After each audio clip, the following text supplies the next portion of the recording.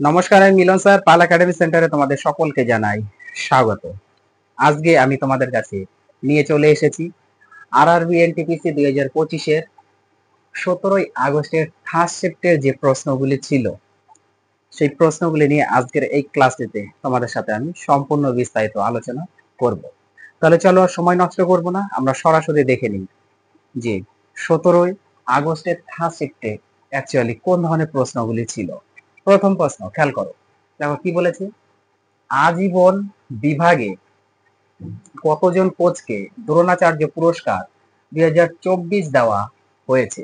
দেখো কি বলেছে প্রশ্নে, বলেছে যে আজীবন বিভাগে কতজন কোচকে দ্রোণাচার্য পুরস্কার 2024 দেওয়া হয়েছে। এই প্রশ্নের সঠিক অ্যান্সার দুজনকে দুজনকে দেওয়া হয়েছে।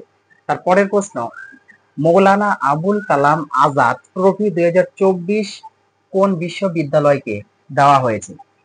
মৌলানা আবুল কালাম আজাদ ট্রফি 2024 কোন বিশ্ববিদ্যালয়কে দেওয়া হয়েছে। এই প্রশ্নের সঠিক অ্যান্সার তোমাদের চণ্ডীগড় ইউনিভার্সিটি, চণ্ডীগড় ইউনিভার্সিটিকে দেওয়া হয়েছে। তারপরের প্রশ্ন দেখো কি বলেছে, কোন মহিলা ফুটবলারকে কোন মহিলা ফুটবলারকে 2024 ব্যালন ডি অর পুরস্কার দেওয়া হয়েছে। আরেকবার রিপিট করি, কোন মহিলা ফুটবলারকে 2024 ব্যালন ডি অর পুরস্কার দেওয়া হয়েছে। এই প্রশ্নের সঠিক অ্যান্সার আইতানা আইতানা বনমাটি 42, আইতানা বনমাটি 42। ওকে, অ্যান্সারটা কিন্তু মনে রাখতে হবে, আইতানা বনমাটি 42 42কে দেওয়া হয়েছে। তারপরের প্রশ্ন দেখো কি বলেছে, যিনি হিন্দির জন্য 2024 সালের সাহিত্য একাডেমি পুরস্কারে ভূষিত হয়েছেন তিনি কে। যিনি হিন্দির জন্য 2024 সালের সাহিত্য একাডেমি পুরস্কারে ভূষিত হয়েছেন তিনি কে। এই প্রশ্নের সঠিক অ্যান্সার আগন গিল, আগন গিল। ওকে, তারপরের প্রশ্ন দেখো কি বলেছে, 70তম জাতীয় চলচ্চিত্র পুরস্কারে 70তম জাতীয় চলচ্চিত্র পুরস্কারে দাদা সাহেব ফালকে পুরস্কারে কে সম্মানিত হন। 70তম জাতীয় চলচ্চিত্র পুরস্কারে দাদা সাহেব ফালকে পুরস্কারে কে সম্মানিত হন। এই প্রশ্নের সঠিক অ্যান্সার মিঠুন চক্রবর্তী, মিঠুন চক্রবর্তী। ওকে, সঠিক অ্যান্সার। তারপরের প্রশ্ন দেখো কি, বর্তমানে কতজনকে ভারতরত্ন প্রদান করা হয়েছে। বর্তমানে কতজনকে ভারতরত্ন প্রদান করা হয়েছে। এই প্রশ্নের সঠিক অ্যান্সার ভারতরত্ন প্রদান করা হয়েছে বর্তমানে 53 জনকে, 53 জনকে বর্তমানে ভারতরত্ন প্রদান করা হয়েছে। তারপরের প্রশ্ন, চন্দ্রযান 3 কবে উৎক্ষেপিত হয়। চন্দ্রযান 3 কবে উৎক্ষেপিত হয়। এই প্রশ্নের সঠিক অ্যান্সার 2023 সালে, 2023 সালে চন্দ্রযান 3 উৎক্ষেপিত হন। তারপরের প্রশ্ন, ভারতের প্রথম রেলপথ কোথা থেকে কোথায় হয়। ভারতের প্রথম রেলপথ কোথা থেকে কোথায় বা কোথা থেকে কোথা পর্যন্ত হয়েছিল। এই প্রশ্নের সঠিক অ্যান্সার বোম্বে টু থানে, বোম্বে থেকে থানে প্রথমে ভারতের রেলপথের বোম্বে থেকে থানে এই স্থানের মধ্যে হয়েছিল। ওকে, তারপরের প্রশ্ন দেখো, পরের প্রশ্নে খেয়াল করো, দেখো পরের প্রশ্নে কি বলেছে। পরের প্রশ্নে বলা হয়েছে যে হকি বিশ্বকাপ 2023 কোথায় অনুষ্ঠিত হয়েছিল। হকি বিশ্বকাপ 2023 কোথায় অনুষ্ঠিত হয়েছিল। এই প্রশ্নের সঠিক অ্যান্সার ওড়িশা, ওড়িশাতে কি হয়েছিল 2023 সালে বিশ্বকাপ হকি হয়েছিল। তারপরের প্রশ্ন দেখো কি বলেছে, বিশ্বের দীর্ঘতম নদী কোনটি। বিশ্বের দীর্ঘতম নদী কোনটি। এই প্রশ্নের সঠিক অ্যান্সার তোমাদের নীল নদী, নীল নদী হলো বিশ্বের দীর্ঘতম নদী। ওকে, তারপরের প্রশ্ন দেখো কি বলেছে, সন্ত্রাস বিরোধী আইন, সন্ত্রাস বিরোধী আইন যেটাকে ইউএপিএ বলা হয়। ওকে, সন্ত্রাস বিরোধী আইন ইউএপিএ কোন সালে প্রণীত হয়। কোন সালে বা কত সালে প্রণীত হয়। এই প্রশ্নের সঠিক অ্যান্সার তোমাদের 1967 সালে, 1967, 1967 সালে প্রণীত হয়। তারপরের প্রশ্ন দেখো কি বলেছে, ইউনেস্কো বিশ্ব ঐতিহ্য, ইউনেস্কো বিশ্ব ঐতিহ্য সুন্দরবন কোন রাজ্যে। ইউনেস্কো বিশ্ব ঐতিহ্য সুন্দরবন কোন রাজ্যে। এই প্রশ্নের সঠিক অ্যান্সার তোমাদের হয়ে যাবে পশ্চিমবঙ্গ বা পশ্চিম বাংলা রাজ্যে সুন্দরবন রয়েছে। তার পরের প্রশ্ন দেখো কি বলেছে, ভারতের সবচেয়ে ছোট রাজ্য কোনটি? ভারতের সবচেয়ে ছোট রাজ্য কোনটি? ভারতের সবচেয়ে ছোট রাজ্য আয়তনের দিক থেকে সেটি হচ্ছে গোয়া। গোয়া হলো ভারতের সবচেয়ে ছোট রাজ্য।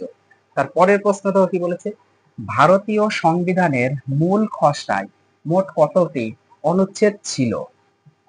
কি বলেছে, ভারতীয় সংবিধানের মূল খসড়ায় মোট কতটি অনুচ্ছেদ ছিল? এই প্রশ্নের সঠিক অ্যান্সার 395টি। 395, 395টি অনুচ্ছেদ ছিল। তার পরের প্রশ্ন, দ্বীপকল্প কোন ভাষায় রচিত? দ্বীপকল্প কোন ভাষায় রচিত? এই প্রশ্নের সঠিক অ্যান্সার তোমাদের সংস্কৃত ভাষায় রচিত। তারপরের প্রশ্ন, দুধসাগর জলপ্রপাত কোথায় অবস্থিত? দুধসাগর জলপ্রপাত কোথায় অবস্থিত? এই প্রশ্নের সঠিক অ্যান্সার গোয়া। গোয়াতে দুধসাগর জলপ্রপাত অবস্থান করেছে। তারপরের প্রশ্ন দেখো কি বলেছে, ভারতীয় মহাকাশ গবেষণার জনককে? খুবই ইম্পর্টেন্ট কোশ্চেনটি। ভারতীয় মহাকাশ গবেষণার জনক কাকে বলা হয়? সঠিক অ্যান্সার বিক্রম সারাভাইকে। বিক্রম সারাভাইকে ভারতীয় মহাকাশ গবেষণার জনক বলা হয়ে থাকে। তারপরের প্রশ্ন, জালিয়ানওয়ালাবাগ হত্যাকাণ্ড কবে সংঘটিত হয়? জালিয়ানওয়ালাবাগ হত্যাকাণ্ড কবে সংঘটিত হয়? এই প্রশ্নের সঠিক অ্যান্সার 1919 সালে জালিয়ানওয়ালাবাগের হত্যাকাণ্ড সংঘটিত হয়। তারপরের প্রশ্ন দেখো কি বলেছে, আইটি আইন ভারতে কবে কার্যকর হয়? আইটি আইন আইটি আইন ভারতে কবে কার্যকর হয়? এই প্রশ্নের সঠিক অ্যান্সার 2000 সালে। 2000 সালে ভারতে আইটি আইন কার্যকর হয়। তারপরের প্রশ্ন দেখো কি বলেছে, ভারতের সংবিধান কার্যকর হয় কবে? ভারতের সংবিধান কার্যকর হয় কবে? এই প্রশ্নের সঠিক অ্যান্সার 26 জানুয়ারি 1950 সালে। 1950 সালের 26শে জানুয়ারি ভারতের সংবিধান কার্যকর হয়েছিল। ওকে, তারপরের প্রশ্ন দেখো কি বলেছে, পরের প্রশ্নে একটু চোখ রাখো। দেখো পরের প্রশ্নে বলা হয়েছে যে চা উৎপাদনে ভারতের প্রথম রাজ্য কোনটি? চা উৎপাদনে ভারতের প্রথম রাজ্য কোনটি? এই প্রশ্নের সঠিক অ্যান্সার হচ্ছে আসাম রাজ্য। আসাম রাজ্য হলো চা উৎপাদনে ভারতের প্রথম একটি রাজ্য। ওকে, আজকে তোমাদের শেষ প্রশ্ন দেখো কি বলেছে, বলেছে ভারতের প্রথম মহিলা মুখ্যমন্ত্রী কে ছিলেন?